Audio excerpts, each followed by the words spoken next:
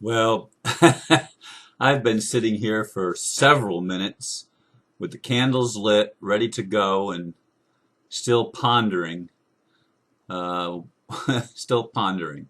And I've actually been pondering over 2 hours since I woke up. I actually had probably the best night's sleep last night that I've had in a while, probably over 5 hours. I'm not sure exactly what time I fell asleep, uh, but it was probably at least 5 hours, maybe a little more.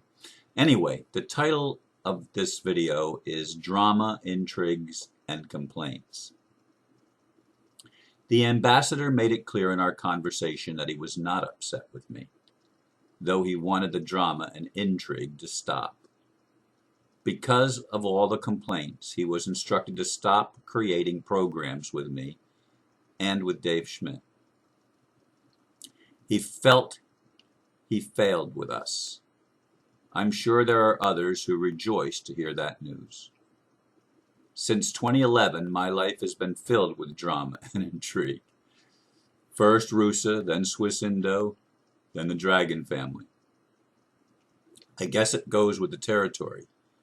For me, the stress built up till I felt like my body was telling me it was dying. At first, I was disappointed, feeling betrayed. Perhaps it's a blessing in disguise, giving me time not only to heal, but to become better than I've ever been in my whole life, physically, spiritually, and emotionally. I still want to see a better world, playing whatever role I am called upon to play.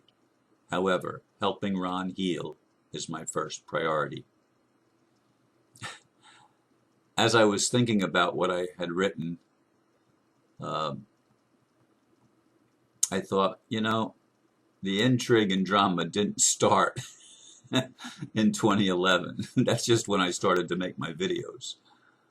As I look back on my life, there's been intrigue and drama the whole while.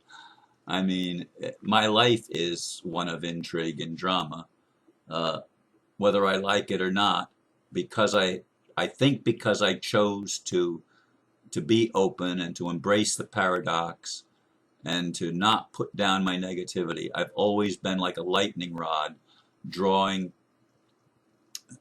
people's comments and criticism and sometimes praise. I mean, it works on both sides. I mean, some people really appreciate my openness, my candor, my integrity. Others are really challenged by it and don't like it. It has been, though, filled with intrigue. And it's not just, I'm not always directly involved, but I'm often the observer of what's going on in the circle that I'm involved in, or in the with the people in the group, whatever that I'm involved with. There's all this dynamic that's playing out, and I guess you could call that life. you know. In any case, as I look back, by the way, yesterday as I was waiting for Aristo to show up, he was later than he intended to be again. That's the norm, not the exception. I was preparing another video, and I actually, let me see, I've got it here.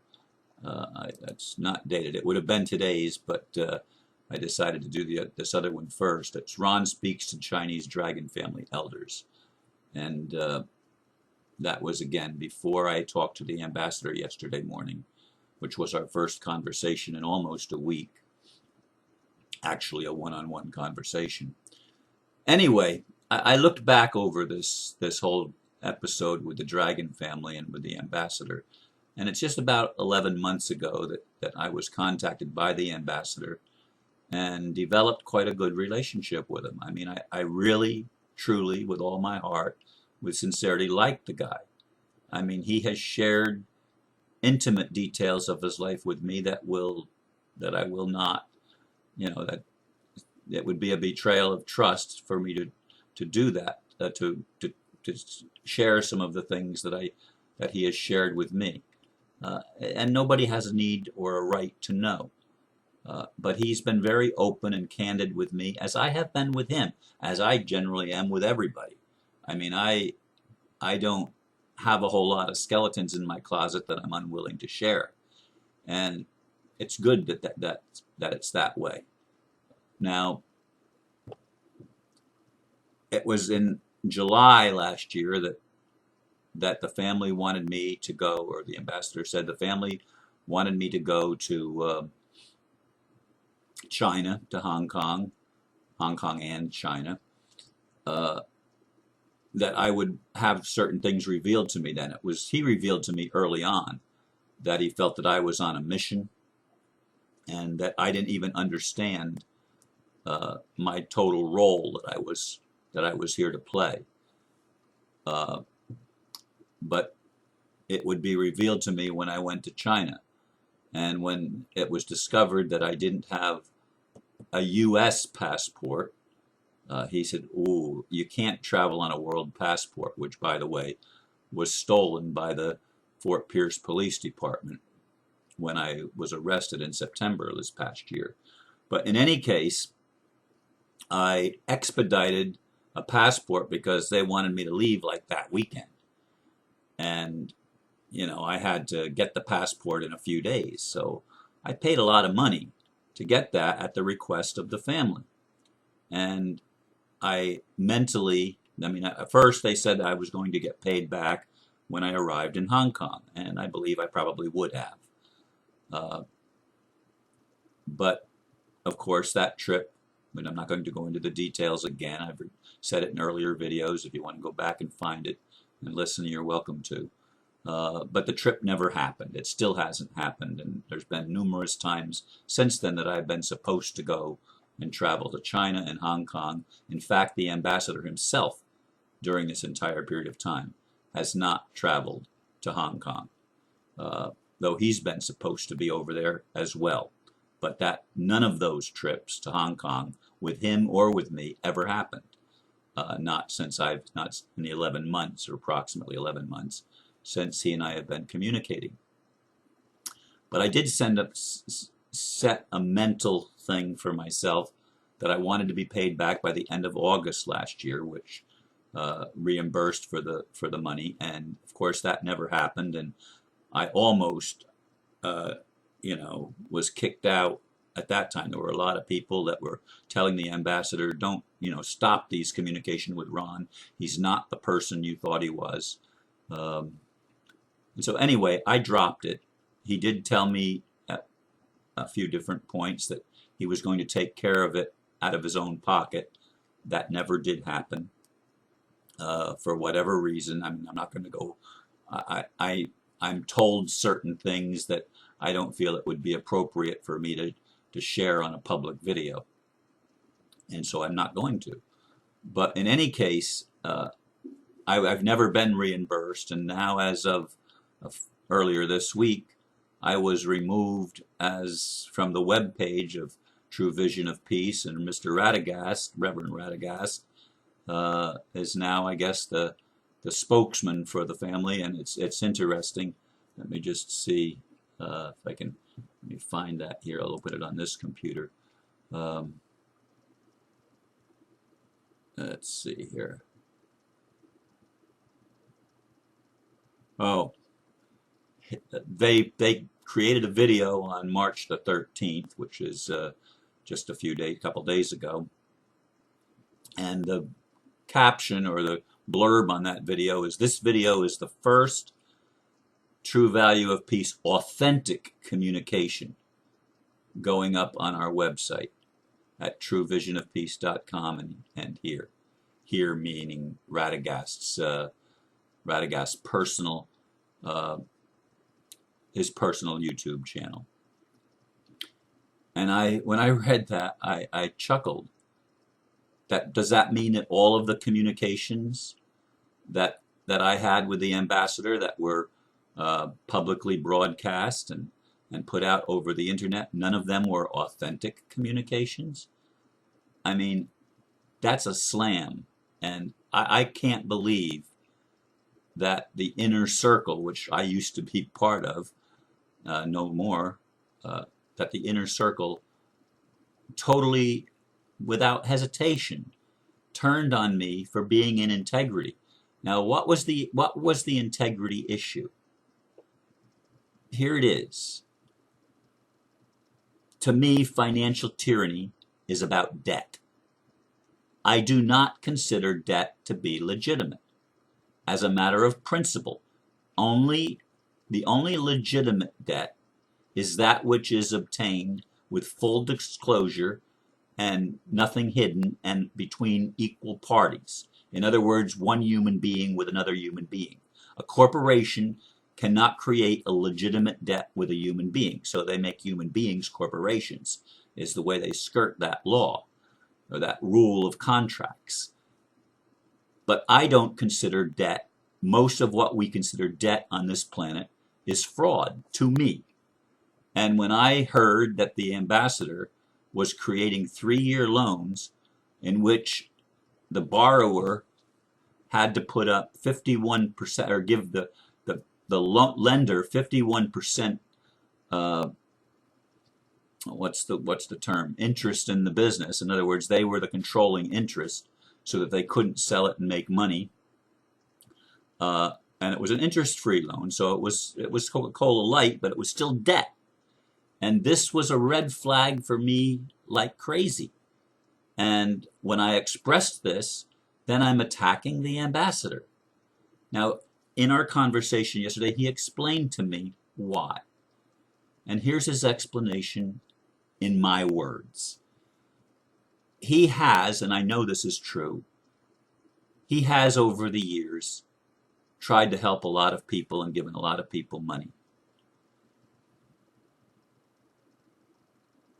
In virtually all the cases, it accomplished absolutely nothing except keeping the person that he was helping dependent. And he figured no one was taking responsibility for what they were being given. And he's right, that until we're ready to take responsibility for our lives and everything in it, we're not we're not at a place of very high evolution. Let's put it that way. So anyway, he decided that the only way he could create an accountability and responsibility and require it as part of the transaction was to retain control of the business, whether it was nonprofit or otherwise, and that would prevent them from taking the money, creating a business, and then turning around and selling the business and making a profit and not doing the humanitarian work that they had commissioned or had promised to do. And so by charging them or by making it a loan, it made them accountable. That's the theory. Okay, and it sounds good on the surface, at least. I want to see humanity become more accountable as well. And I know that handouts generally don't work. I mean, people that are given money usually do not end up handling it responsibly. And many charities where they're supposed to be helping people or providing a valuable service to humanity, they end up enriching themselves, and to hell with the people they're supposed to help. This is a sad reality in our world, and exactly how to fix it, I'm not 100% sure. There needs to be a shift in consciousness. Can the shift in consciousness come without tremendous cataclysm? I don't know the answer to that. I would like to think it can, and can happen peacefully, but we are pretty thick-skulled, including myself, and we don't learn new things easily. We resist change, and this is what creates the intrigue and the drama in our lives, because we don't know how, and we haven't learned how and embraced going with the flow and trusting that Creator and creation have everything under control if we will just flow with it instead of resisting it all the time. So, in any case, I'm no longer in the inner circle at True Vision of Peace. I'm still a moderator on the Facebook page. I still, most of the time, Gwen beats me to it, but sometimes in the middle of the night, I do get requests to join, and I get to approve them before anybody else does because I see them first. I think Gwen and I are the administrators of that that Facebook page. In any case, the ambassador made it clear that he and I are still friends, and I still expect to be in communication with him. And I'm not sure what the future holds. I don't see myself going to China anytime soon, but I don't know. I don't know. He and I were going to be traveling all over the world together. In fact, he even asked me to be best man at his wedding. That's coming up, and I don't know exactly when that will happen either. But he did ask me to be the best man in his wedding. I mean, this guy is a good guy. I'm not putting him down. But neither am I going to sacrifice my integrity and go along with something that doesn't feel right to me. Shakespeare made the statement in, I guess, Hamlet, "To thine own self be true, and as day follows night, thou canst not be false to another." I try to live by that because I cannot overrun the warning signs that come up in my life. Like, for example, the symptoms that I'm facing why would I want to overrun them? They're there in my face. Now, maybe there were subtle things that I didn't notice before, but when I took notice of what was going on, I had to respond. That's what responsibility is, responding. And again, to me, I want to eliminate the debt-based system. I want to stop creating debtors. I want to create free people. I want to help people become liberated in their own mind and evolved enough to take responsibility, to be accountable.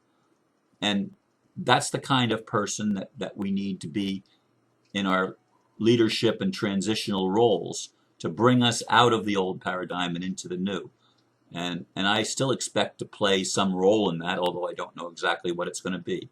For the first time since I started making these videos, I'm not really actively involved in any specific group, and that may be a blessing. And as I said in the blurb, I'm going to focus on becoming the best I can be, on healing myself spiritually, emotionally, and of course physically. And that physical part is already showing signs and evidence of inner change.